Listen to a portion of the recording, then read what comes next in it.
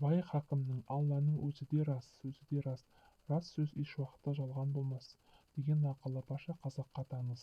Абай атамыз бұл өлеңінде Аллаға және оның қасиетті кәләміне, яғни Құранға иман келтіру жайлы 90 ауыз сөз тобықтай етіп жеткізген. Сондықтан Құран жайлы мұсылман адамдардың онымен қарым-қатынас қандай болу керектігі жайлы ойларымызды білдірмекпіз. Құран адамзатты тас-түнек қараңғылықтан құтқарып, нұрға бөлеген, мейірім мен рахымға толы кітап. Бұл жайында Алла тағала былай дейді: ол сендерді қараңғылықтан жарыққа шығару үшін құлына ап-анық аяттар түсірді. Сөзсіз Аллаһ тым мейірімді, аса рахымды. Дүние жүзінде Құраннан қастерлі, Құраннан құрметті кітап болмайтыны сондықтан. Құран белгілі бір дәуірге немесе белгілі бір қауымға ғана жіберілген мазмұны шектеулі кітап емес. Ол күллі адамзаттың игілігі үшін түсірілген ең ақырғы илаһи кітап. Ол барлық нәрседен хабардар, білімі шексіз жаратушы иеміздің сөзі. Мұсылман ғұламалары ғалам, адам және Құранның арасында өте тығыз байланысты барын айтады. Барша әлем мен адамның жаратылысындағы ақиқаттар Құранда түп-түгел қамтылған. 18 мың ғалам мен адамзат сырларын аңғарғымыз келсе, қасиетті Құранға үңілуіміз керек.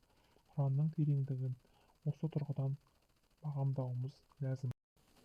Құран адамның тек руханиятына ғана емес, материалдық өміріне де теңдессіз пайда келтіретін кітап. Бірақ бүгінде Құранның пайдасын мұсылман елдеріне қарағанда батыс елдері көбірек көріп отырған секілді. Себебі орта ғасырларда батыс қоғамы мұсылман ғұламаларының Құраннан бастау алған ғылыми жетістіктерін жан-жақты зерттеді. Мұсылмандар жазған еңбектерді университеттерінде сан ғасыр бойы оқытты. Ислам негізінің түбінде жатқан інжу-маржандарды теріп алып өмірде жүзеге асырды. Көп оқыды, аз ұйықтады. Сөйтіп бүгінгі деңгейге жетті. Әрине, Құранды толық мойындап, оған иман келтірмегендіктен техникалық жақтан қарыштап дамығанмен рухани жағынан құлдырап азғындай берді. Мұны бүгінде көзіміз көріп отыр. Міне бұл бізге өмірлік сабақ болуы тиіс. Құранның терең мазмұнына бойлау оңай шаруа емес. Оның қатпар-қатпар мәндерінің ашылуына адамның иманы тереңдігі, жүрек тазалығы, көңіл байлаулығы, ақиқатты көре білу, түйсіне білу қабілеті де керек. Мұның бәрі ең әуелі Алла тағаланың жәрдем беріп, жол көрсетуімен, көкірек көзінің ашылуымен, Алла тағаладан тиісті дәрежеде қорқумен келетін дүниелер. Қасиетті Құранда құлдарының арасында ғалымдары мен Алладан өз дәрежесінде қорқады деген аят бар. Бұл аятта білім, ғылым Алладан қорқумен байланыстырылған.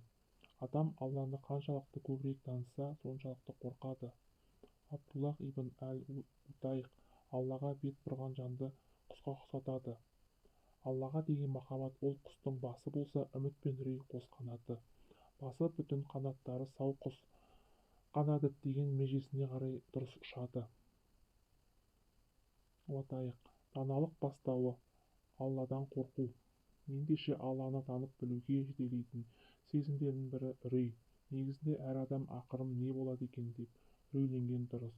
Алладан да ақыретінен де қорықпай қанағаты қарқ, сағанаты сарқ болып отырғандарға Құран сырлары оңайлықпен ашыла қоймас анық. Құранға деген иман артқан сайын одан олар пайда да ұлғая бермек. Ғылым, білім сөздің көптігіне емес, қорқудың көптігіне байланысты деген Ибн Масғұд ел ішінде ғылымымен, тақуалығымен де танымал сахаба еді. Құран күллі даналықтың қайнар бұлағы. Мәселен, мына бір аятқа көз жүгіртіп көрелік. Жердегі тіршілік иелері мен екі қанатымен ұшқан құстың баршасы өздеріңе ұқсаған үмбеттер. Біз кітапта ешбір нәрсені қалыс қалдырған жоқпыз.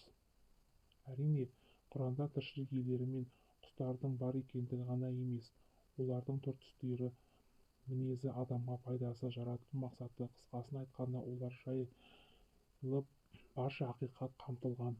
Ал енді Алла тағала лаухул махфуза олардың ешбірін қалдырмай жазған болса, жер бетінде де оларды ғаламдық жүйе мен үйлесімді бұзбайтындай етіп ғажайып дәлдікпен жаратқан. Өйткені жоғарыда айтқанымыздай, Құранның мазмұны мен ғаламның мазмұны бір-біріне дәлме-дәл сәйкес. Ал енді қандай бір ғылым болмасын, осы бір ғажайып үйлесімді айналып кете алмайтыны бізге белгілі. Бір өкініштісі, бүгінгі таңда ғылымда ден қойып жаратылыс сыры мен хикметтерін зерттесем дейтін жастар тым аз. Талапкерлердің көбі заңгер болсам, экономист болсам, әкімшілік жүйеде қызмет етсем, оңай жолмен ақша табудың уқуына түссем деген армандарын жасырмайды.